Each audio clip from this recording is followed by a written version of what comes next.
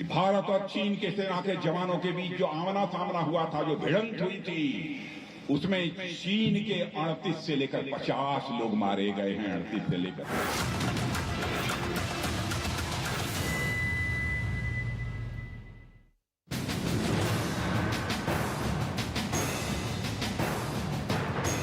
सूचनाएं श्री ओवैसी के द्वारा भेजी गई। उन्होंने अभी भी सुरक्षा लेने से इनकार किया है।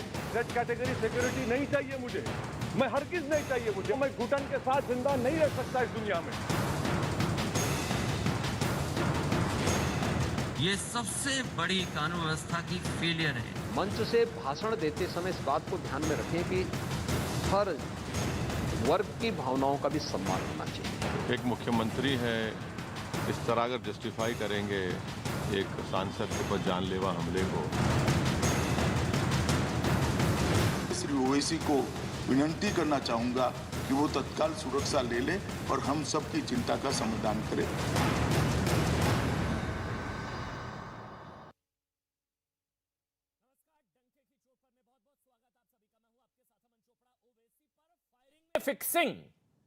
फायरिंग में फिक्सिंग।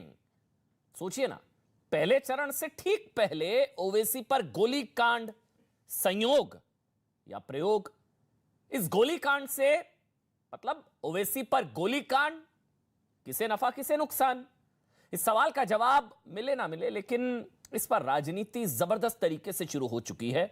पश्चिमी उत्तर प्रदेश में खासकर ओवैसी की एंट्री, ओवैसी पर गोलीकांड और उसके बाद जाटों के बाद मुस्लिम वोटों का बंटवारा अखिलेश के लिए टेंशन बढ़ाने वाला है। इस बीच ऑल इंडिया एमआईएम के अध्यक्ष असद ओवैसी पर गोली चले 4 दिन बीत चुके हैं। ये वो तस्वीर है जब आपने देखा था, लेकिन उनसे सुरक्षा लेने की अपील की जा रही है, लेकिन वो इसके लिए तैयार ही नहीं है कि Z+ सिक्योरिटी ले लीजिए भाई। आज गृह मंत्री लोकसभा और राज्यसभा दोनों जगहों पर ओवैसी पर जवाब उन्होंने दिया। गोलीकांड पर बताया कि पूरे मामले की जांच की जा रही है, 2 लोगों को गिरफ्तार किया जा चुका है, आरोपियों को छोड़ा नहीं जाएगा, बख्शा नहीं जाएगा, लेकिन उनसे अपील की गई कि वो सुरक्षा ले लें और हमारा तनाव कम करें। लेकिन ओवैसी सुरक्षा लेने को तैयार ही नहीं है Z+। सबसे पहले सुनिए आज गृह मंत्री अमित शाह ने क्या कहा ओवैसी पर गोलीकांड को लेकर। श्री ओवैसी को सुरक्षा प्रदान करने के लिए केंद्र सरकार ने निर्देश जारी किए हैं, लेकिन श्री ओवैसी द्वारा सुरक्षा लेने के लिए अनिच्छा के कारण दिल्ली पुलिस और तेलंगाना पुलिस उन्हें सुरक्षा देने का प्रयास सफल नहीं हो पाया। श्री ओवैसी के खतरे का पुनः मूल्यांकन कराया गया है और खतरे के आकलन के आधार पर उनका दिल्ली में बुलेट प्रूफ कार के साथ अखिल भारतीय स्तर पर केंद्रीय रिजर्व पुलिस बल की जेड श्रेणी की सुरक्षा प्रदान की गई है। हमारे पास जो मौखिक सूचनाएं श्री ओवैसी के द्वारा भेजी गई, उन्होंने अभी भी सुरक्षा लेने से इनकार किया है।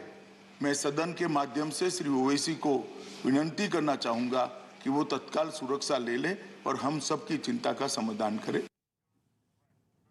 सवाल यह कि ओवैसी पर गोलीकांड से किसे फायदा किसे नुकसान? चुनावों से ठीक पहले, पहले चरण के मतदान से ठीक पहले ओवैसी पर गोलीकांड, संयोग या प्रयोग। ओवैसी पर गोलीकांड के बाद आप जानते हैं सिवाल खास में उनके प्रचार में जबरदस्त भीड़ उमड़ी। लगा कि एक तरीके से पोलराइज हो रहा है और गोलीकांड के बाद एक बड़ी संख्या में मुसलमान उनके साथ जुड़े। कई जगह रैली में देखने को मिला। अब इस बात ने अखिलेश जयंत को टेंशन में डाल दिया है। ऐसा दावा किया जा रहा है कि गोलीकांड के बाद मुसलमान हैं वो ओवैसी के साथ हैं, उनकी सहानुभूति है और मुस्लिम उनके पक्ष में एकजुट हो सकते हैं। अब सोचिए अगर ऐसा हुआ तो जाटों में तो बंटवारा हो ही रहा है, क्योंकि जिस तरह की धमकियां हैं, और जाटों के बाद मुस्लिम वोट भी अगर बट गया और ओवैसी चढ़ गए तो साइकिल पंचर होने का खतरा है, क्योंकि ओवैसी ऊपर जाएंगे, अखिलेश नीचे आएंगे, क्योंकि गठबंधन के ही वोट काटेंगे ओवैसी। अब ये गोलीकांड के बाद ये खेल कुछ पलट सकता है पश्चिमी उत्तर प्रदेश में। वारिस पठान ओवैसी की पार्टी के प्रवक्ता हैं, लाइव इस वक्त मेरे साथ जुड़ चुके हैं। पुष्पेंद्र चौधरी जी हैं, किसान शक्ति संघ के अध्यक्ष हैं, और इसके अलावा मेरे साथ समीर सिंह, अतुल सक्सेना समाजवादी पार्टी से, बड़ा पैनल है। लेकिन वारिस पठान वो कह रहे हैं तनाव कम कर दीजिए भाई, सिक्योरिटी ले लीजिए। क्या प्रॉब्लम है सिक्योरिटी लेने में भाई? Z+ सिक्योरिटी, सुरक्षा उनकी जरूरी है, देश हर कोई चाहता है वो सुरक्षित रहे। वारिस पठान। देखिए अमन भाई, ये फैसला तो असद ओवैसी साहब ने उस दिन पार्लियामेंट में खड़े रह के सुना दिया कि मुझे जेड कैटेगरी सिक्योरिटी नहीं चाहिए, मुझे ए कैटेगरी का शहरी बनना है देश का। अगर इखलाक पेलू खान सेफ नहीं है तो मैं सेफ्टी लेके क्या करूंगा। उन्होंने ये कहा कि मुझे अगर है तो हम होम मिनिस्टर साहब को लेटर लिखेंगे, एक बुलेट प्रूफ गाड़ी हमको चाहिए और एक गन का उन्होंने कहा था कि हमको लाइसेंस चाहिए। अभी मैं ये देख रहा था कि आप बता रहे थे कि सहयोग है, प्रयोग है। अमन भाई, शायद आपकी गलती हुई होगी, आपने उनका कन्फेशन नहीं पढ़ा जो मुजरिम हिरासत में लिए गए हैं जिन्होंने हमारे पार्टी प्रेसिडेंट पर अटैक किया था। उनका कन्फेशन पुलिस के पास है, मीडिया में भी है। उन्होंने खुद ने कहा कि हमने 3-4 रैली में जाकर पहले रखी की थी, हमको मौका नहीं मिला। हम उस दिन भी पूरी तैयारी के साथ गए थे, हमने फायरिंग किया, हमको लगा ओवैसी साहब नीचे लेट गए, डक कर दिए तो हमने गोली नीचे चलाई। हमको लगा ओवैसी को गोली लग चुकी है तो हमारा इंटेंशन क्लियर था कि हम गए थे वहां पे ओवैसी साहब का कत्ल कर दें।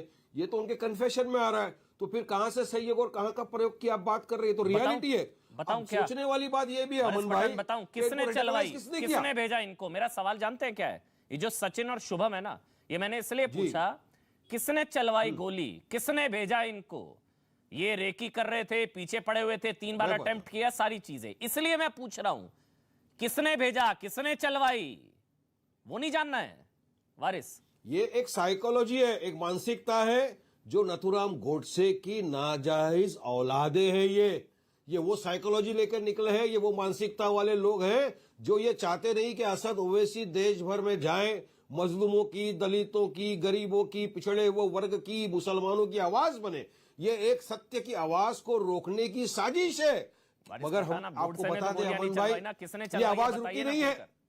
गोडसे तो नहीं आया ना, मैं तो वही तो बता रहा हूँ, ये वही मानसिकता वाले लोग हैं। अरे गोडसे की मानसिकता वाले ही ये लोग हैं। हमने तो कहा ना, ये गोडसे की मानसिकता वाले लोग हैं अमन भाई, जो चाहते नहीं है, जो देश ये चाहते नहीं है कि कोई देश में एक ऐसा नेता हो जो गरीबों की, मजलूमों की आवाज बन के उभरे। ये आवाज दबाने की साजिश कोशिश की जा रही है अमन भाई। तो हम तो इसीलिए कहते हैं ना, गोडसे भी तो आतंकवादी ही था। ये उसी के मानने वाले लोग हैं जो संविधान को नहीं मानते, संविधान के दायरे में रहकर एक सिटिंग मेंबर ऑफ पार्लियामेंट, एक इतनी बड़ी पार्टी का नेता, एक नेता जिसके 100 से ज्यादा लोग कैंपेन लड़ रहे चुनाव उत्तर प्रदेश में, उसके ऊपर इस तरह से जानलेवा हमला करना, ये किसकी मानसिकता है? और ये किसने किया इनको रेडिकलाइज? ये जो धर्म सांसद होते हैं ना, ये धर्म सांसद होते हैं, रायपुर में हुआ, हरिद्वार के अंदर हो गया, प्रयागराज में हुआ, बरेली वाली भी है। धर्म सांसद में यही बात चली। बरेली वाली भी, अभी सुनिए, मौलाना तौकीर रज़ा, बरेली वाली भी। जी। अरे देखिए, जो ये आप पहले धर्म संसद की बात कर लेंगे, वहां पर भी जाएंगे। धर्म संसद में क्या बोला गया अमन साहब? हम तो हमारे बच्चों को ये सिखाते हैं अमन भाई, आप हो या मैं हो, कोई भी, कि बेटा पढ़ लिख, अच्छा डॉक्टर बन, लॉयर बन, इंजीनियर बन, अच्छा पत्रकार बन। धर्म संसद में क्या सिखाया गया बच्चों को? बेटा आतंकवादी बन जा, कलम छोड़ दे, बुक छोड़ दे, तलवार उठा ले, 20 लाख मुसलमानों का नरसंहार कर दे। धर्म सांसद में न रामायण, महाभारत, गीता का पाठ का ज्ञान नहीं दिया गया, वहां पर यह ज्ञान दिया गया। तो ये जो मानसिकता जब आप लोगों के अंदर डालोगे, नफरत तो फैलेगी, अराजकता आ जाएगी। अगर रूल ऑफ लॉ जहां पर प्रिवेल नहीं करेगा अमन भाई, तो अराजकता फैलेगी। वारिस पठान, एक धर्म संसद तो नहीं, लेकिन एक धार्मिक रैली हैदराबाद में भी हुई थी। कहा जा रहा है ये दोनों उसी से गुस्सा थे जो बयान वहां पर दिए गए थे, 15 करोड़, 100 करोड़, 15 मिनट पुलिस हटा दो, जो नफरती भाषण, उससे ये लोग गुस्सा थे। वो वाली धर्म संसद याद है ना, हैदराबाद वाली? मैं तो उससे ये लोग गुस्सा थे। की संसद में आपको याद दिलाना चाहूंगा अमन भाई, जी कि ये जो लोग बोल रहे हैं हमारे लीडर का, उसके बारे में जरा जाके हैदराबाद में इंक्वायरी भी कर ले कि वो शख्स 10,000 बच्चों को मुफ्त में एजुकेशन दे रहा है। वो शख्स अभी जो कोरोना काल में लोगों की डेथ हो गई, उनके बच्चों को मुफ्त में एजुकेशन दे रहा है। और सिर्फ मुसलमानों को नहीं, हमारे हिंदू भाई बहनों के बच्चे भी वहां पे एजुकेशन लेते हैं, हमारे सिख भाई बहनों के बच्चे भी। तो लाइसेंस नहीं मिल जाता है उकसाने भड़काने का, वो ठीक है, वो अच्छा काम कर रहे हैं, लेकिन लाइसेंस नहीं मिल जाता। मेरा सवाल एक मिनट सुनेंगे अगर आप, मेरा सवाल अगर सुने वारिस, मैं क्योंकि मुझे आगे बढ़ना होगा, एक सवाल आपसे वारिस। ये कहा जा रहा है कि वो आप लोगों के नफरती भाषण की वजह से बहुत ज्यादा गुस्से में थे। वो जो उन्होंने किया गलत, कानून अपने हाथ में लेना किसी को अधिकार नहीं, सीधी सी बात, चैप्टर क्लोज, कोई नहीं ऐसे हमला कर सकता। लेकिन आपको क्या लगता है कि आप लोगों के नफरती भाषण की वजह से ओवैसी साहब पर अटैक हुआ, या कोई और साजिश थी चुनावी? सवाल सुनिएगा जो मैं पूछ रहा हूं। आप लोगों के नफरती जहरीले भाषण की वजह से यह अटैक हुआ या कोई चुनावी साजिश आपको नजर आती है? वारिस पठान, फिर इसके बाद मैं पैनल के पास जाऊंगा। देखिए अमन भाई, पिछले 6 महीने से असद ओवैसी साहब पूरे उत्तर प्रदेश का दौरा कर रहे हैं। तकरीबन मैं उनके साथ में था, हमने 14 सभाएं एक साथ में की, उन्होंने तकरीरें करी हर जगहों के ऊपर, और अभी तो इलेक्शन कमिश्नर वहां पर चुनाव कंडक्ट कर रहा है। अगर उनकी तकरीर के अंदर, उनके भाषण में कोई भी नफरती अल्फाज होते या भड़काऊ भाषण होता तो इलेक्शन कमिश्नर उनको नोटिस देता, उन पे केस बुक होता, आगे उनको परमिशन नहीं मिलती सभाएं करने की, मगर ऐसा तो कुछ था नहीं, ऐसा तो कुछ था नहीं। लगती है आपको? तो फिर क्यों?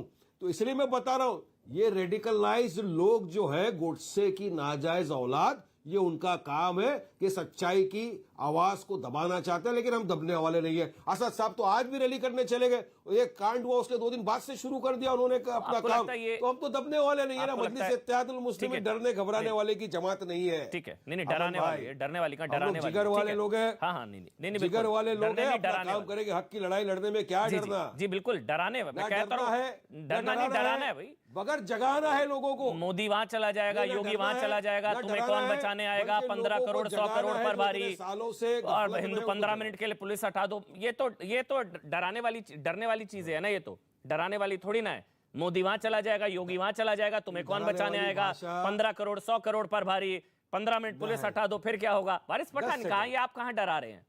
ये तो आप लोगों को सांप्रदायिक सौहार्द के लिए बढ़ावा दे रहे हैं। क्या ये मिलकर रहते हैं? 15 करोड़ 100 करोड़ पर भारी है, 15 मिनट पुलिस हटा दो, ये तो मिलकर रहने वाली भाषा है। ये तो 80 बनाम 20, जरा सा 80 बनाम 20 की बात कर लेते हैं। अमर भाई, आप तो इतने विद्वान आदमी है, जरा सा वो भी डराने वाली भाषा दिखा देते ना, कि हम यहाँ पर सबकी चर्बी पिघाल देंगे, सबकी गर्मी निकाल देंगे, शिमला लेके आ जाएंगे उत्तर प्रदेश में। ये सवाल पूछा भाईजान, चाचा जान, अब्बा जान, वो जरा भाषण का भी सुना, पूछा सवाल पूछा मैंने योगी आदित्यनाथ से। हमने देश के गद्दारों को सुना देता हूं मैं, योगी आदित्यनाथ से सवाल पूछा गया, एक बार सुनिए ना। आप पर योगी आदित्यनाथ ने क्या कहा, एक बार सुन लेते हैं, एक बार सुना दीजिए। ये सवाल पूछा गया था उनसे 80 बनाम 20 भी, कि क्या उसका मजहब से कोई लेना देना है 80 और 20 का? उन्होंने कहा कि नहीं, ये 20 वो है जिनको कानून पर भरोसा नहीं है, ये वो लोग 20 है जो दंगा करना चाहते हैं, इसका मजहब से कोई लेना देना नहीं है। बहरहाल ओवैसी पर गोलीकांड पर योगी आदित्यनाथ ने क्या कहा, वारिस साहब आप सुनिएगा, क्योंकि मैं दोबारा आऊंगा, बहुत बड़ा पैनल है मेरे साथ। पहले सुना दीजिए योगी आदित्यनाथ को। हम लोकतंत्र में बैलेट पर विश्वास करते हैं, बुलेट पे नहीं। इस प्रकार की कोई भी घटना अस्वीकार्य है। हमारे मध्य वैचारिक मतभेद हो सकते हैं, लेकिन इस प्रकार की किसी को भी सुरक्षा के साथ खिलवाड़ करने की छूट नहीं दी जा सकती। कि मंच से भाषण देते समय इस बात को ध्यान में रखें कि हर वर्ग की भावनाओं का भी सम्मान होना चाहिए। हम वोट बैंक के लिए आस्था के साथ खिलवाड़ करने और जन भावनाओं को कुचलने का भी कुत्सित प्रयास कतई न करें। वारिस पठान, ये शायद आपके लिए था, सुना आपने? अब सुनिए जी, बोलिए। ये झूठ बोल रहे हैं। अगर योगी का आप पहले का भी स्टेटमेंट बताओगे तो उन्होंने क्या था कि उत्तर प्रदेश में साफ सुरक्षित है, क्राइम रेट खत्म हो चुका है।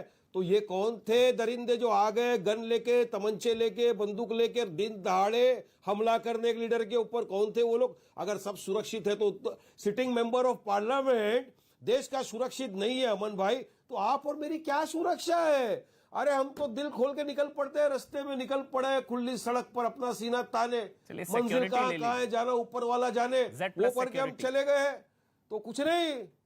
Z+ सिक्योरिटी ले लीजिए, अमित शाह कह रहे हैं चिंता है भाई साहब ने, तो हमने जो मांग किया वो तो करिए, पहले यूएपी तो लगाइए इन दरिंदों पे। एक मैच होता है अमन भाई, फेसबुक के ऊपर एक आदमी कमेंट कर देता है उस मैच पे, उस पे यूएपी लग जाता है, एनएसए लग जाता है, लेकिन यहाँ एक सिटिंग मेंबर ऑफ पार्लियामेंट के ऊपर इरादतन हत्या गोली चलाती है, उसके ऊपर यूएपीए नहीं लगता, तो कब गंभीरता से लेंगे? और मुझे ताज्जुब और अफसोस नहीं होगा कि कुछ दिन बाद ये दरिंदे बेल पे आ जाएंगे और आपके साथ वाले भाजपा के नेता फूल हार की माला लेके चले जाएंगे, मिठाई का डब्बा लेके चले जाएंगे, उनको खिलाएंगे और उनको ग्लोरीफाई किया जाएगा कि आप हिंदुत्व के पोस्टर बॉय हो। कब ये नफरत खत्म होगी है अमन भाई? नफरत खत्म करो देश से। हम ये बुलेट का जवाब उत्तर प्रदेश की जनता बैलेट से देगी, इस नफरत का जवाब उत्तर प्रदेश की जनता मोहब्बत से देगी और हमको मोहब्बत से नवाजेगी और हम कामयाब होंगे उत्तर प्रदेश। ठीक है, और आपका ये भाषण अखिलेश की धड़कनें बढ़ाने के लिए काफी है, अखिलेश यादव और जेएन जी की, कि बुलेट का जवाब बैलेट से दिया जाएगा। बैलेट मतलब मुस्लिम भाई आपको वोट देंगे, और अगर आप वोट देंगे तो गठबंधन का क्या होगा? जाट पहले ही नाराज है गठबंधन से, अब मुस्लिम भाई भी अगर आपके साथ आ गए तो फिर उनका क्या होगा? पश्चिम उत्तर प्रदेश में खेल बिगड़ जाएगा। बहरहाल समीर जी हैं भारतीय जनता पार्टी का पक्ष रख रहे हैं। समीर भाई, आपने वारिस पठान को सुना, वो कह रहे हैं गोडसेवादी लोग हैं और ये कल को छूटेंगे और आपकी पार्टी का पक्ष रखेंगे। वो सीधे तौर पर इशारा कर रहे हैं आप लोगों ने करवाया ये कांड, गोली कांड। समीर सिंह,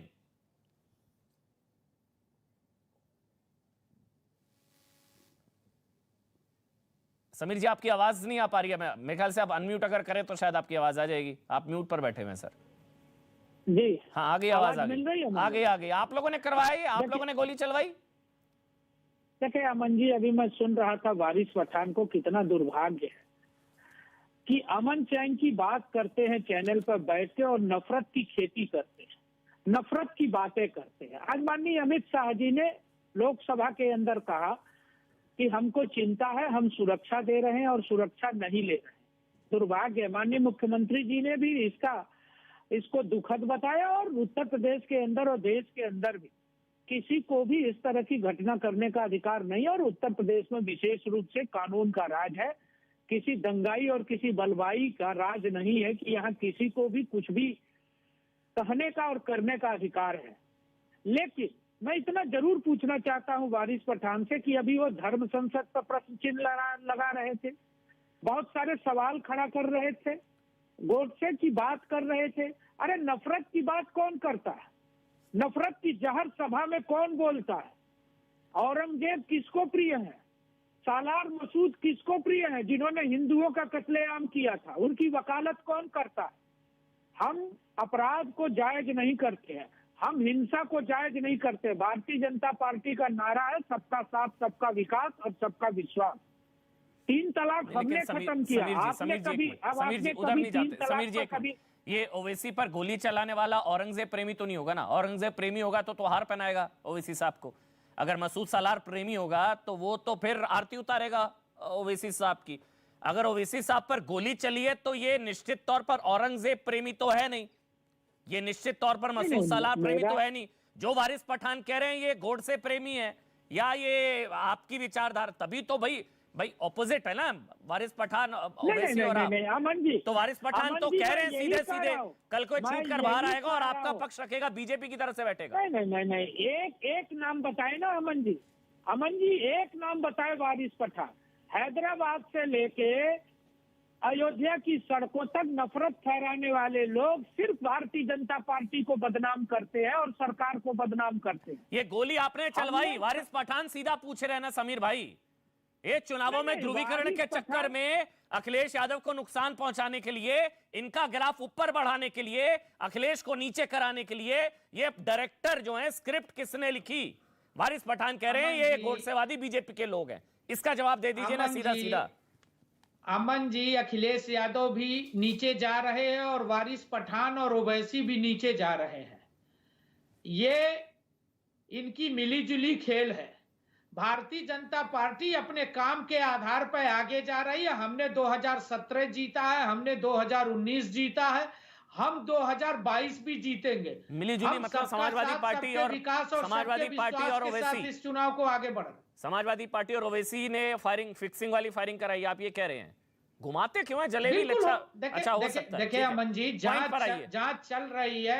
जो दोषी है वो गिरफ्तार किए गए हैं, जेल भेजे गए हैं और इतनी जल्दी पुलिस ने त्वरित कार्रवाई की है और आगे भी जांच चल रही है। जो भी दोषी होगा वारिस पठान वो बख्शा नहीं जाएगा। वारिस पठान जो भी दोषी होगा वो बख्शा नहीं जाएगा। ये साइकिल और आपकी फिक्सिंग भी हो सकती है, वो कह रहे हैं भाई। मतलब अभी तो कुछ भी कहा जा सकता है ना। आप भी हवाई आरोप लगा रहे हैं, बीजेपी वाले हो सकते हैं, वो कह रहे हैं सपा वाले, और आपकी फिक्सिंग हो सकती है भाई। ये आपका है। देखिए, इस तरह की मानसिकता वालों को मैं यही कहूंगा कि अपने दिमाग का ये इलाज जाके करा ले। वो जो लड़के पकड़ा है उनके फोटो काफी भाजपा के वरिष्ठ नेताओं के साथ दिखे और बीजेपी का एक कार्यकर्ता भी था और उनका मानना ये था कि हम अगर इतने बड़े पॉलिटिकल लीडर को हत्या करते हैं तो हम एक बहुत बड़े नेता बन जाएंगे। ये तो मानसिकता लेकर वो आए थे। तो ये तो भाजपा वाले की मिली भगत दिख रही है ना, क्योंकि आप तो एक तरफ सबको बोल दे तो पूरा उत्तर प्रदेश सुरक्षित है, सब सुरक्षित में बैठे और यहाँ दिन दहाड़े फायरिंग चल रही है। मोदी जी ने उस दिन कहा था कि अब उत्तर प्रदेश में सूरज डूबने के बाद तमंचे और बंदूक नहीं निकलती, सही कहा था। अब दिन दहाड़े निकल रहे हैं, दिन दहाड़े फायरिंग हो रही है। टेनी का बेटा दिन दहाड़े थार गाड़ी लेकर चला गया और हमारे बेचारे बेकसूर किसानों को मार दिया, 4 किसानों को मार दिया। अब मानसिकता यही है कि उनको मारने के बाद भी आज जिसके घर पे कॉन्स्पिरेसी रची गई वही टेनी साहब मोदी साहब के साथ बैठे और इत्तेफाक से हमारे देश के MOS है, गृह मंत्री है। तो ये बड़ा अफसोसजनक बात है। ये नफरती चिंटू जो है ना अमन भाई, ये देश की जो सेक्युलरिज्म प्लुरलिज्म जो है ना उसको नष्ट करने की कोशिश करी जा रही है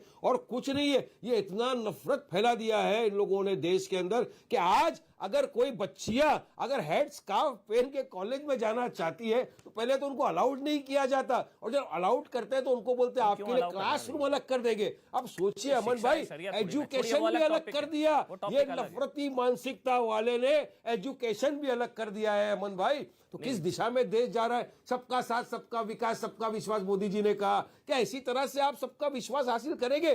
बेटी बचाओ बेटी पढ़ाओ, अरे बेटी को आप पढ़ने नहीं देंगे, कॉलेज में एंट्री नहीं देंगे तो हमारी बेटियां कैसा पढ़ेगी अमन भाई? आप जरा इसका फैसला करिए। सवाल बड़ा संगीन है, ये विषय बहुत गंभीर विषय है। आज बेटी को आप पढ़ने नहीं देंगे तो हमारी बेटियां पढ़ लिख कर आगे कैसा बढ़ेगी? अरे अगर योगी जी को अलाउड है कि वो पहनिए अपना सैफरन कलर, जाइए पार्लियामेंट में, जाइए असेंबली में, हमको कोई आपत्ति नहीं है। Freedom to practise religion is engraved under the constitution, हमारा फंडामेंटल राइट है। लेकिन वहीं पर अगर कोई चाहता है कि मैं हेड स्कार्फ पहन के अगर कॉलेज में जाऊं तो कौन रोकता है? कल अमन भाई आपको बोला जाएगा आपने सूट क्यों पहनते हो, आप मोदी की तरह बंडी पहनो, तो आप पहनेंगे क्या? वो टॉपिक नहीं है, ये चॉइस का मामला नहीं है, ये इच्छा का मामला नहीं है। आज इनकी चॉइस है कि हिजाब पहन कर जाएंगे, कल को कहेंगे शटल कॉक बुर्का पहन कर जाएंगे, परसों कहेंगे हमको टीचर नहीं मौलवी से पढ़ना है, फिर उसके बाद कहेंगे शिक्षा नहीं शरिया के हिसाब से पढ़ाओ। तो ये इसका कोई अंत ही नहीं है। अभी मदरसों को स्कूल बना जा रहा है असम में, अब यहाँ स्कूल को मदरसाकरण की कोशिश हो रही है। वो छोड़िए, वो टॉपिक नहीं है, उसको छोड़ देते हैं। सिर्फ इस पर रहेंगे। एक आखिरी कमेंट आपका ले रहा हूं, मुझे पता आपको जाना, फिर मैं आगे बढ़ूंगा। एक आखिरी कमेंट आपका ले रहा हूं। आपको अभी भी नहीं लगता कि आपके नफरती जहरीले भाषणों की वजह से ये अटैक हुआ या ये चुनावी साजिश है?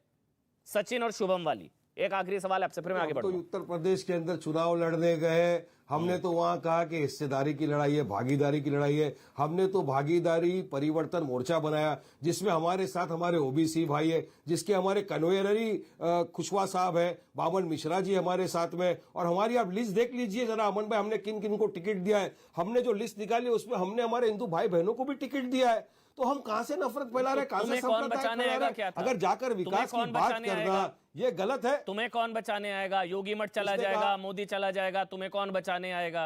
अरे तो ये विकास की बात है। 45 मिनट की स्पीच को आपने 45 सेकंड की करके पूरे देश को दिखा दिया। और जब पूरी स्पीच दिखाए तो सब टाइप फिर खामोश हो गए थे। अरे भाई साहब, वो एक पुलिस वाले ने एक बूढ़े बुजुर्ग की दाढ़ी नोच के उसको मारा था। वो पुलिस वाले बाहर घूम रहे थे। पुलिस पर क्या अटैक हुआ था वो खबर भी मैंने पढ़ ली है। तुम बच जाते हो, वो खबर भी मैंने पढ़ी है। पुलिस वाले ये तो हो चुका। उसने पुलिस वालों के साथ क्या किया था? पुलिस वाले को पीटा था। हाँ वो खैर छोड़ दीजिए, इसलिए पुरानी बात है। उसने क्या किया था, मगर वो भाषण आप ही की तरफ से था ना।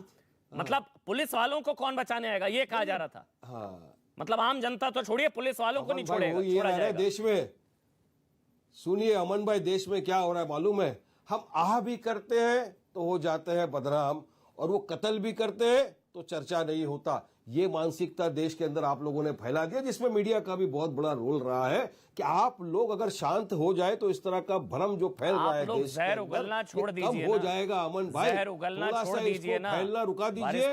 सब देश में जहर उगलना छोड़ दीजिए ना। अगर हनुमान चोपड़ा ने ये सोच लिया ना 15 मिनट पुलिस हटा दो, क्या होगा? सब लेवल लाइन आप हिंदुओं को धमकाना छोड़ दीजिए। चोपड़ा ने जिस दिन ये ठान लिया, जिस दिन आप लोगों ने ठान लिया ना, फैलाना मेरे जिस दिन आपने ठान लिया, जिस दिन आपने हिंदुओं को टारगेट करना छोड़ दिया, जिस दिन आपने सांप्रदायिक जहर फैलाना छोड़ दिया, जिस दिन आप लोगों ने दंगे का प्लान कराना छोड़ दिया, तो फिर उस दिन अमन चोपड़ा भी छोड़ देगा वारिस पठान।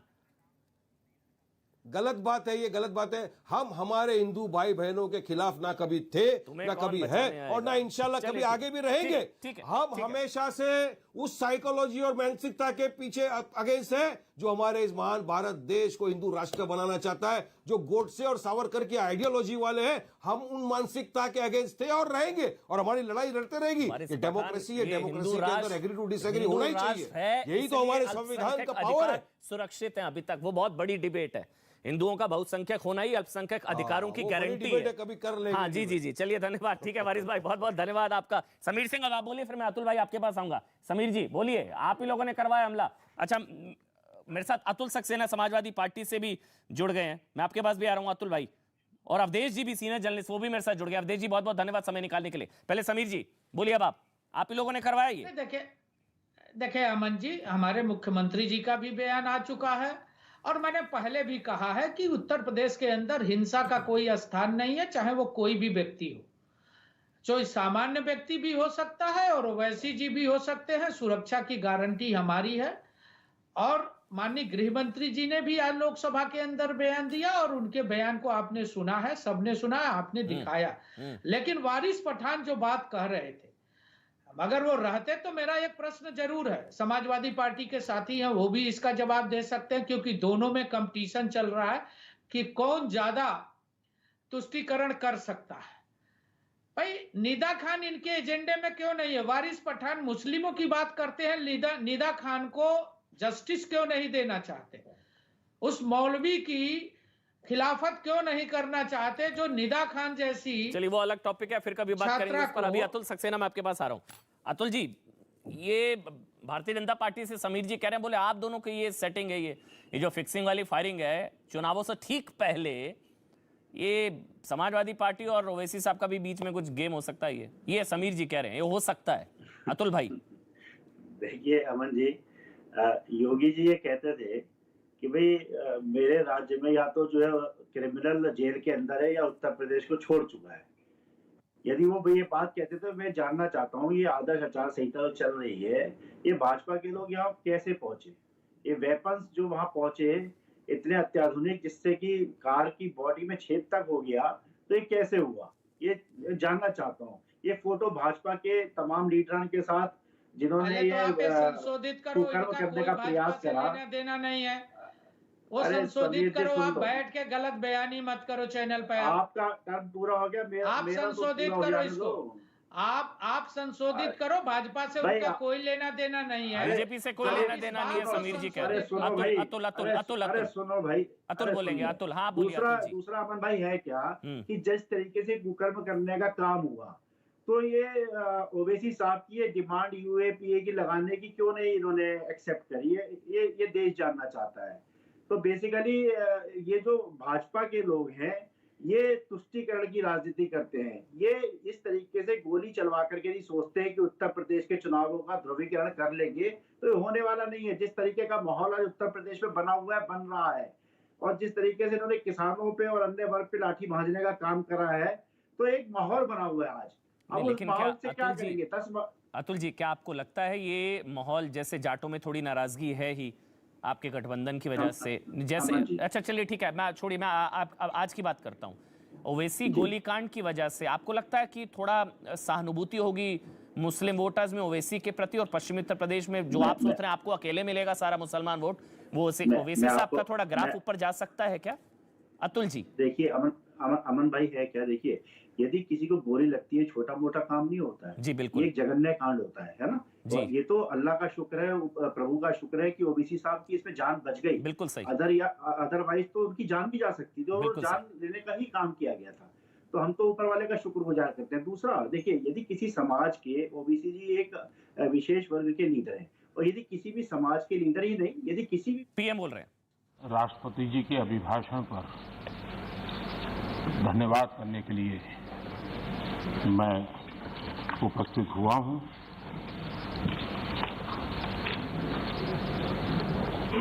आदरणीय राष्ट्रपति जी ने अपने भाषण में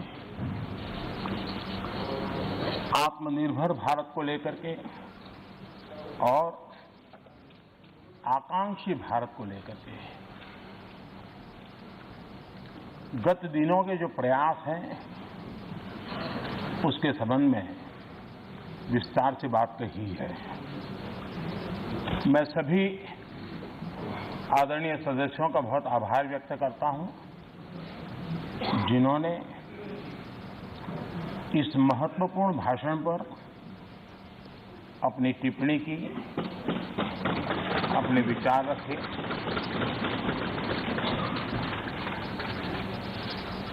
आदरणीय अध्यक्ष जी,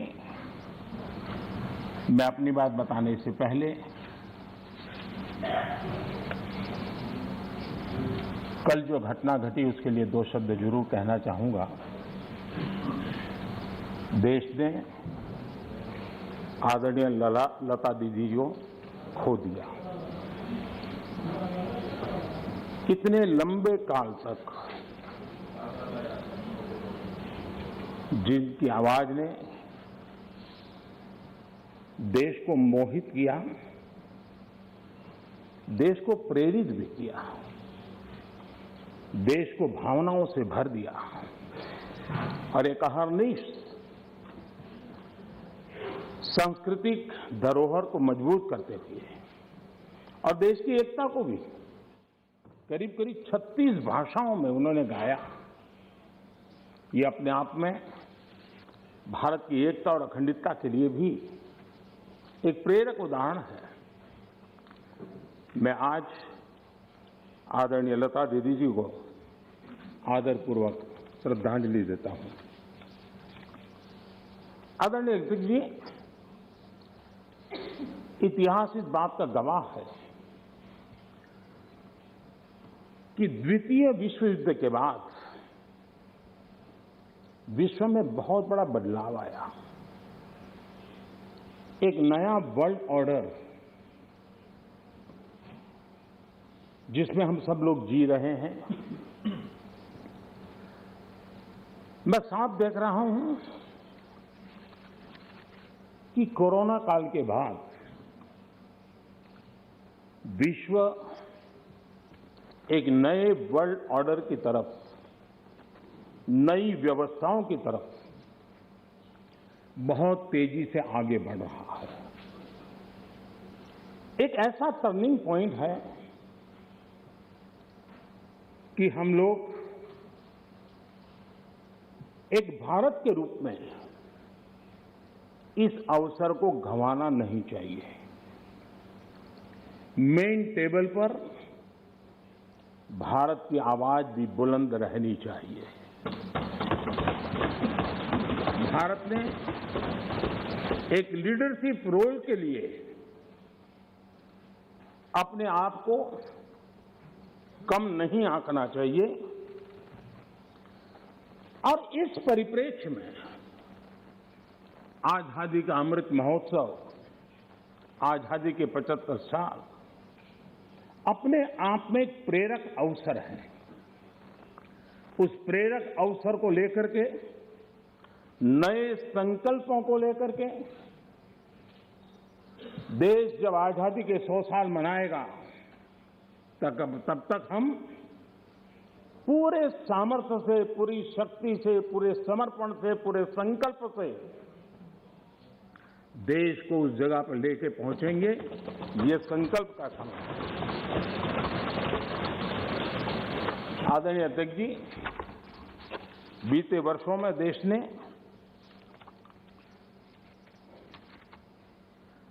कई क्षेत्रों में, मूलभूत व्यवस्थाओं में बहुत मजबूती का अनुभव किया है और बहुत मजबूती के साथ हम आगे बढ़े हैं।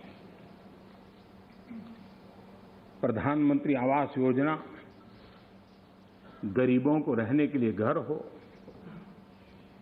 ये कार्यक्रम तो लंबे समय से चला है, लेकिन जो गति, जो व्यापकता, विशालता, विविधता उसने उसमें स्थान पाया, उसके कारण आज गरीब का घर भी लाखों से भी ज्यादा कीमत का बन रहा है और एक प्रकार से जो भी पक्का घर पाता है वो गरीब आज लखपति की श्रेणी में भी आ जाता है। कौन हिंदुस्तानी होगा जिसको इस बात को सुनकर के गर्व न हो कि आज देश के गरीब से गरीब के घर में शौचालय बना है। आज खुले में शौच से देश के गांव भी मुक्त हुए हैं। कौन खुश नहीं है? कौन खुश है?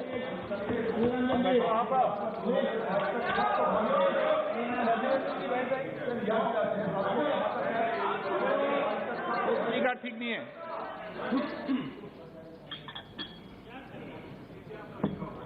हो गया? प्लीज मैं बैठने के लिए तैयार हूं। आप बोलिए। नहीं प्लीज अर्जुन जी। आपको धन्यवाद करके शुरू करूं।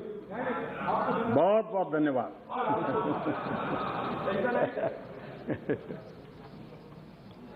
आपका प्यार अजरा अमर रहे।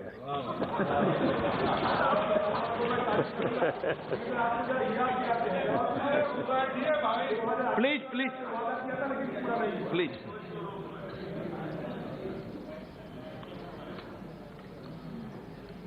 आजादी के इतने सालों के बाद गरीब के घर में भी जब रोशनी होती है तो उसकी खुशियां देश की खुशियों को ताकत देती हैं।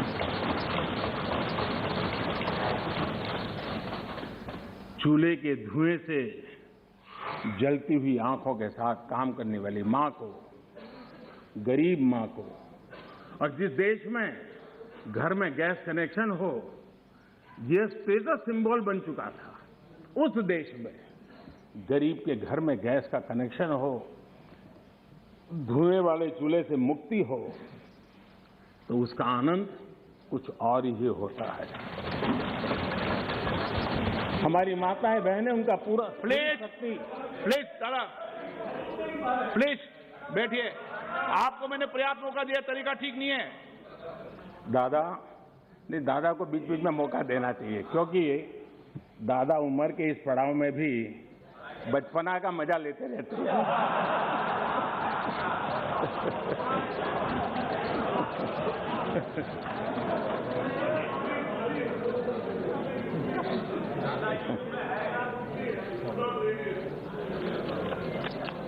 आज गरीब का बैंक में अपना खाता हो, आज बैंक जहाँ गए बिना गरीब भी अपने टेलीफोन से बैंक के खाते का उपयोग करता हो, सरकार के द्वारा दिए गई राशि सीधी डायरेक्ट बेनिफिट ट्रांसफर के तहत उसके खाते में पहुंचती हो, ये सब अगर आप जमीन से जुड़े हुए होते, अगर आप जनता के बीच में रहते होते तो जरूर ये चीजें नजर आती, दिखाई देता। लेकिन दुर्भाग्य ये है कि आप में से बहुत लोग ऐसे हैं जिनके सुई कांटा 2014 में अटका हुआ है और उससे वो बाहर ही निकल नहीं पाते हैं, और उसका नतीजा भी आपको भुगतना पड़ा है। आपने जो अपने आप को एक ऐसी मानसिक अवस्था में बांध के रखा है, देश की जनता आपको पहचान गई है। कुछ लोग पहले पहचान गए, कुछ लोग देर से पहचान रहे, और कुछ लोग आने वाले समय में पहचानने वाले हैं। अब देखिए, आप जब इतना सारा लंबा उपदेश देते हैं तब भूल जाते हैं 50 साल तक कभी आपने भी देश में यहां बैठने का सौभाग्य प्राप्त किया था। और क्या कारण है कि आप सोच नहीं पाते। अब आप देखिए, नागालैंड के लोगों ने आखिरी बार 1998 में कांग्रेस के लिए वोट किया था, करीब 24 साल हो गए। ओडिशा ने 1995 में आपके लिए वोट किया था, सिर्फ 27 साल हो गए आपको वहां एंट्री नहीं मिली।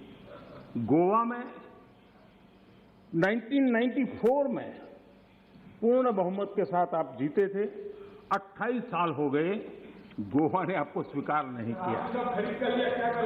पिछली बार 88 में त्रिपुरा में वहां की जनता ने वोट दिया था। करीब 34 साल पहले त्रिपुरा में कांग्रेस का हाल है यूपी, बिहार और गुजरात।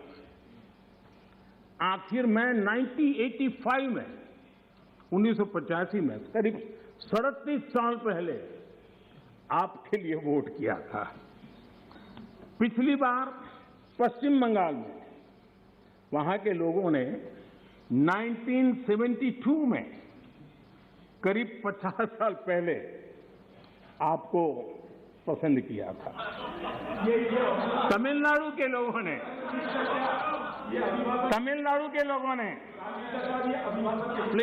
प्लीज तमिलनाडु, मैं इसके लिए सहमत हूं। कागज लेके बाद में बोल लेना। अगर आप उस मर्यादा का पालन करते और इस जगह का उपयोग न करते, और बड़ा दुर्भाग्य देश का कि सदन जैसी पवित्र जगह देश के लिए काम आनी चाहिए, उसको दल के लिए काम में लेने का जो प्रयास हो रहा है, और उसके कारण जवाब देना हमारी मजबूरी बन जाती है। जवाब देना हमारी मजबूरी बन जाती है।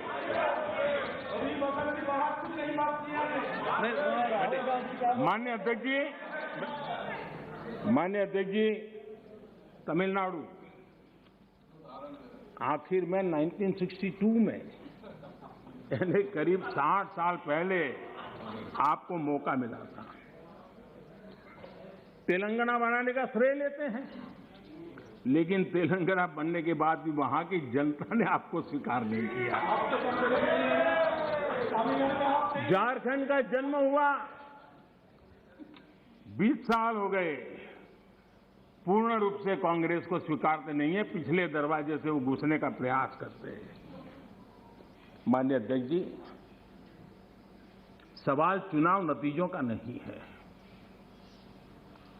सवाल उन लोगों की नीयत का है, उनकी नेक दिली का है कि इतने बड़े लोकतंत्र में इतने साल तक शासन में रहने के बाद देश की जनता हमेशा हमेशा के लिए उनको क्यों नकार रही है। और जहां भी ठीक से लोगों ने राह पकड़ ली, दोबारा आपको प्रवेश करने नहीं दिया है। इतना सारा होने के बावजूद भी हम तो एक चुनाव हार जाए ना, महीनों तक न जाने इकोसिस्टम क्या क्या करती है। इतना सारा पराजय होने के बावजूद भी न आपका अहंकार जाता है, न आपकी इकोसिस्टम आपके अहंकार को जाने देती है।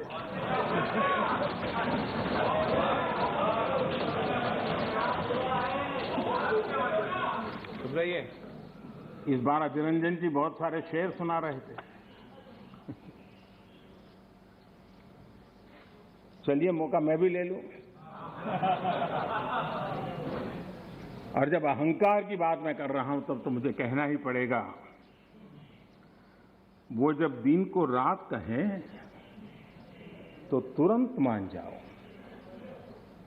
वो जब दिन को रात कहें तो तुरंत मान जाओ, नहीं मानोगे तो वो दिन में नकाब ओढ़ लेंगे। जरूरत हुई जरूरत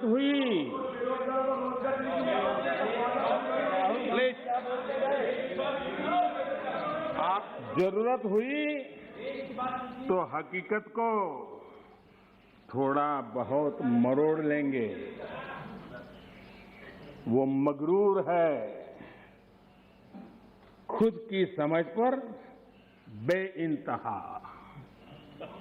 उन्हें आईना मत दिखाओ, इन्हें आईना मत दिखाओ, वो आईने को भी तोड़ देंगे।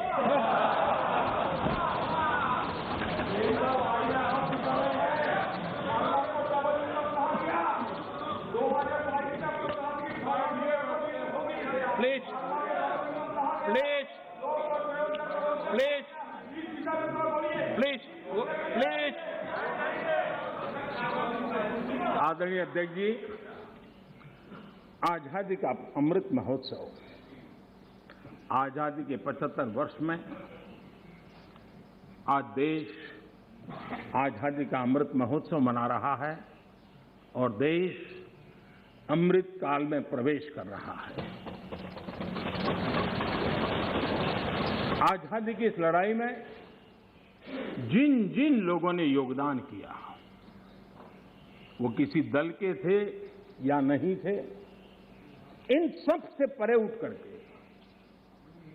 देश के लिए जीने मरने वाले लोग, देश के लिए जवानी खपाने वाले लोग, ये हर किसी को स्मरण करने का, पुण्य स्मरण करने का अवसर है और उनके सपनों को याद करते हुए कुछ संकल्प लेने का अवसर है। आदरणीय अध्यक्ष जी, हम सब संस्कार से, स्वभाव से, व्यवस्था से लोकतंत्र के प्रतिबद्ध लोग हैं और आज से नहीं सदियों से हैं। लेकिन ये भी सही है, आलोचना ये जीवंत लोकतंत्र की, जीवंत लोकतंत्र का एक आभूषण है, लेकिन अंध विरोध ये लोकतंत्र का अनादर है। सबका प्रयास, इस भावना से भारत ने जो कुछ हासिल किया है, अच्छा होता, उसे खुले मन से स्वीकार किया गया होता, उसका स्वागत किया होता, उसका गौरवगान करते। बीते 2 सालों में 100 साल का सबसे बड़ा वैश्विक महामारी का संकट पूरी दुनिया की मानव जात झेल रही है।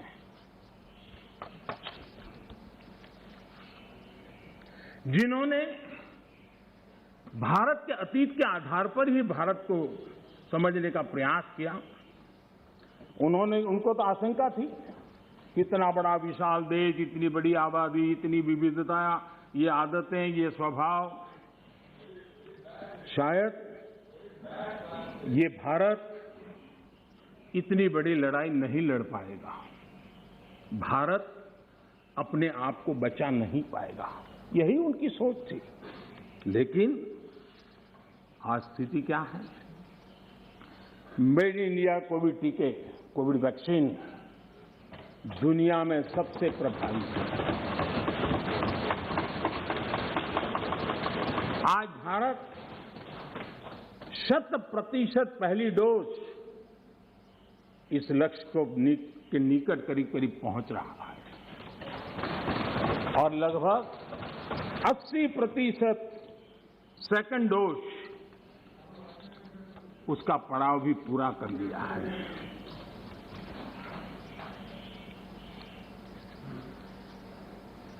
माननीय अध्यक्ष जी, कोरोना एक वैश्विक महामारी थी,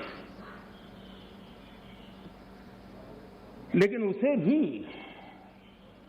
दलगत राजनीति के लिए उपयोग में लाया जाए, क्या ये मानवता के लिए अच्छा है? भारत जैसे, आपको मैं प्लीज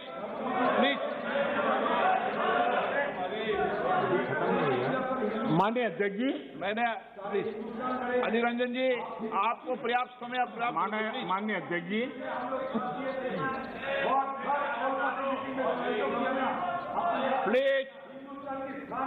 प्लीज माननीय अध्यक्ष जी, मैंने तो किसी का नाम नहीं दिया।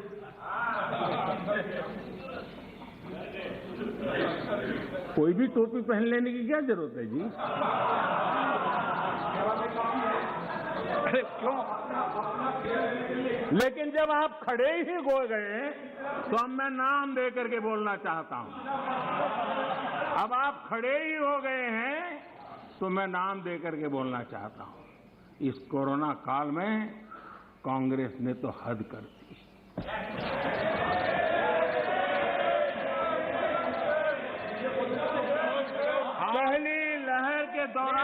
दूंगा आपको, प्लीज।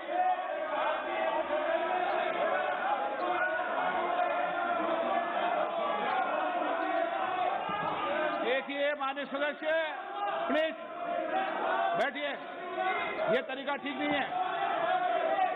आपको मैंने पर्याप्त, प्लीज बैठिए, please please please please please. माननीय अध्यक्ष जी, अभी तो मैंने सिर्फ इतना का हद कर दी। प्लीज, पहली लहर के दौरान मैंने देश जब पर्याप्त अवसर दिया था, लॉकडाउन का पालन कर रहा था, जब WHO दुनिया भर के लोगों को सलाह देता था, सारे हेल्थ एक्सपर्ट कह रहे थे कि जो जहां है वहीं पर रुके। सारी दुनिया में ये संदेश दिया जाता था, क्योंकि मनुष्य जहां जाएगा, अगर वो कोरोना से संक्रमित है तो कोरोना सांस ले जाएगा। तब कांग्रेस के लोगों ने क्या किया, मुंबई के रेलवे स्टेशन पर खड़े रह करके मुंबई छोड़कर जाने के लिए प्रोत्साहित करने के लिए मुंबई में श्रमिकों को टिकट दिया गया, मुफ्त में टिकट दिया गया, लोगों को प्रेरित किया गया कि जाओ महाराष्ट्र में हमारे पर जो बोझ है वो जरा कम हो, और जाओ, तुम उत्तर प्रदेश के हो, तुम बिहार के हो, जाओ वहां कोरोना फैलाओ। आपने ये बहुत बड़ा पाप किया, अफरा तफरी का माहौल खड़ा कर दिया। आपने हमारे श्रमिक भाइयों बहनों को अनेक परेशानियों में धकेल दिया। और माननीय अध्यक्ष जी, उस समय दिल्ली में ऐसी सरकार थी जो है, उस सरकार ने तो जीप पर माइक बांध करके दिल्ली की झुग्गी झोपड़ी में गाड़ी घुमा करके लोगों को कहा संकट बड़ा है, भागो, गांव जाओ, घर जाओ। और दिल्ली से जाने के लिए बसें दी, आधे रास्ते छोड़ दिया और श्रमिकों को लिए अनेक मुसीबतें पैदा की। और उसका कारण हुआ कि यूपी में, उत्तराखंड में, पंजाब में जिस कोरोना की इतनी गति नहीं थी, इतनी तीव्रता नहीं थी, इस पाप के कारण कोरोना ने वहां भी अपनी लपेट में ले लिया। माननीय अध्यक्ष जी, ये कैसी राजनीति है? मानव जात पर संकट के समय ये कैसी राजनीति है? ये दलगत राजनीति कब तक चलेगी? आदरणीय अध्यक्ष जी, कांग्रेस के इस आचरण से सिर्फ मैं ही नहीं, पूरा देश अचंभित है। 2 साल से देश 100 साल के सबसे बड़े संकट से मुकाबला जूझ कर रहा है।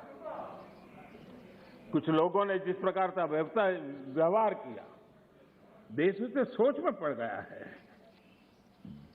क्या ये देश आपका नहीं है? क्या ये देश के लोग आपके नहीं हैं? क्या उनके सुख दुख आपके नहीं हैं?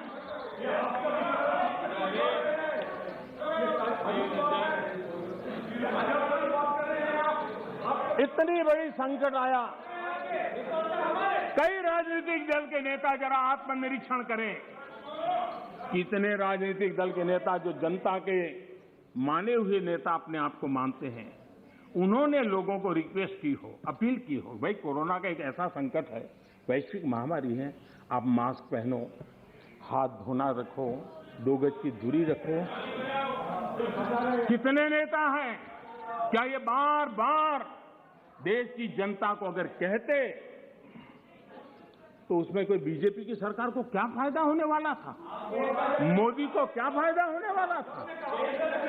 लेकिन इतने बड़े संकट में भी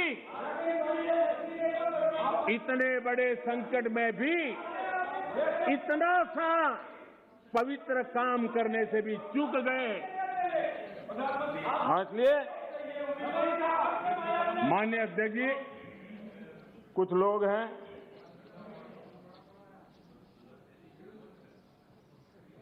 उनको ये इंतजार था कि ये कोरोना वायरस मोदी की छवि को चपेट में ले लेगा। बहुत इंतजार किया और कोरोना ने भी आपके धैर्य की बड़ी कसौटी की है। आए दिन आप लोग औरों को नीचा दिखाने के लिए महात्मा गांधी का नाम लेते हैं। महात्मा गांधी की स्वदेशी की बात, इसको बार बार दोहराने में हमें कौन रोकता है? अगर मोदी वोकल फॉर लोकल कहता है, मोदी ने कहा इसलिए शब्दों को छोड़ दो भाई, लेकिन क्या आप नहीं चाहते हैं देश आत्मनिर्भर बने? जिस महात्मा गांधी के आदर्शों की बात करते हैं, तब भारत में इस अभियान को ताकत देने में, जुड़ने में आपका क्या जाता था? उसका नेतृत्व आप लीजिए। महात्मा गांधी जी के स्वदेश के निर्णय को आगे बढ़ाइए, देश का भला होगा। और हो सकता है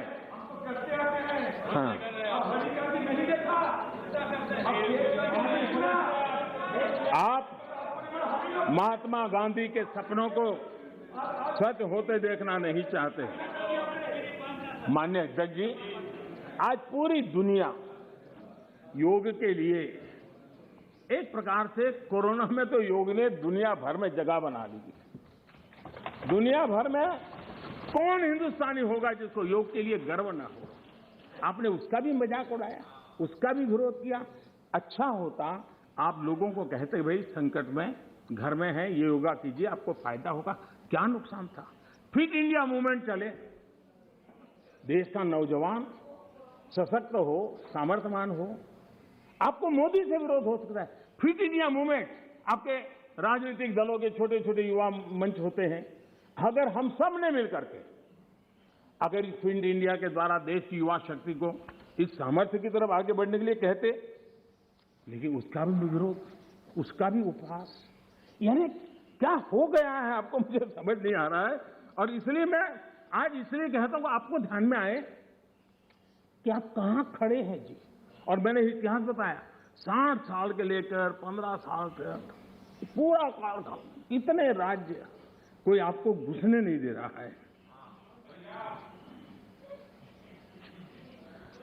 माननीय अध्यक्ष जी, कभी कभी मैं ये विषय बहुत प्यार से कह रहा हूं, नाराज मत हो जाना।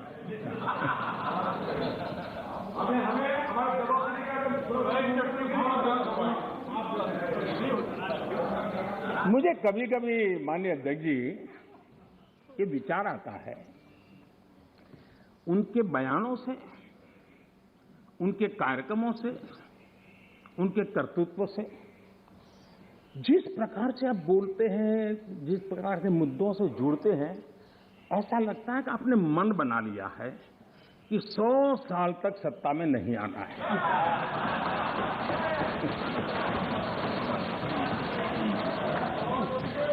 कोई ऐसा नहीं करता जी। थोड़ी सी भी आशा होती, थोड़ा सा भी लगता है हाँ यार देश की जनता फिर से फुलहार करेगी, तो ऐसा नहीं करते। और इसलिए खैर अब आपने ही तय कर लिया है 100 साल के लिए, तो फिर मैंने भी तैयारी कर ली है।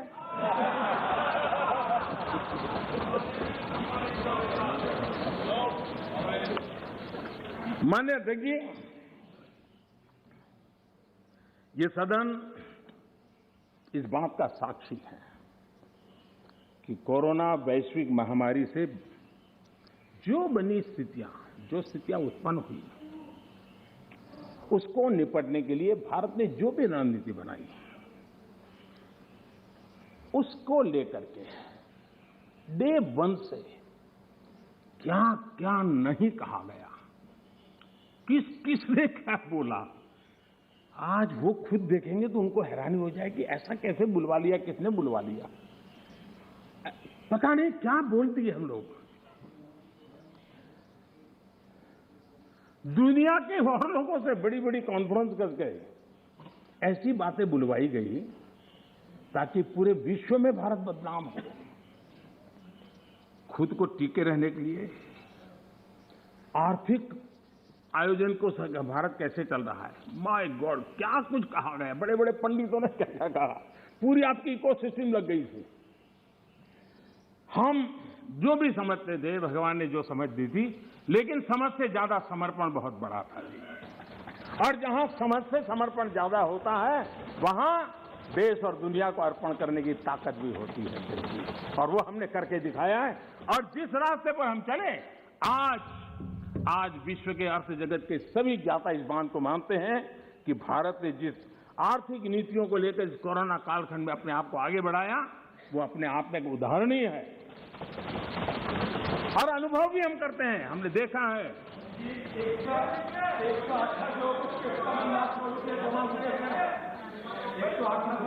मान्य जी, भारत आज दुनिया की, मान्य अध्यक्ष जी, भारत आज दुनिया की जो बड़ी इकोनॉमीज है उसमें सबसे तेजी से विकसित हो रही बड़ी अर्थव्यवस्था है। माननीय अध्यक्ष जी, इस कोरोना कालखंड में भी हमारे किसानों ने रिकॉर्ड पैदावार की, सरकार ने रिकॉर्ड खरीदी की।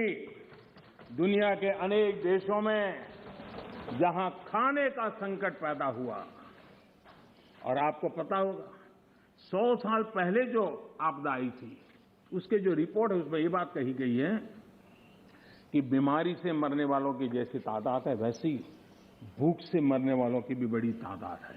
उस समय के 100 साल पहले की रिपोर्ट में है। इस देश ने किसी को भूख से मरने नहीं दिया। 80 करोड़ से अधिक देशवासियों को मुफ्त राशन उपलब्ध कराया और आज भी करा रहे हैं। माननीय अध्यक्ष जी, हमारा total export historically highest record पर है और ये कोरोना काल में है। कृषि एक्सपोर्ट ऐतिहासिक रूप से टॉप पर पहुंचा है। सॉफ्टवेयर एक्सपोर्ट नई ऊंचाई तरफ बढ़ रहा है। Mobile phone export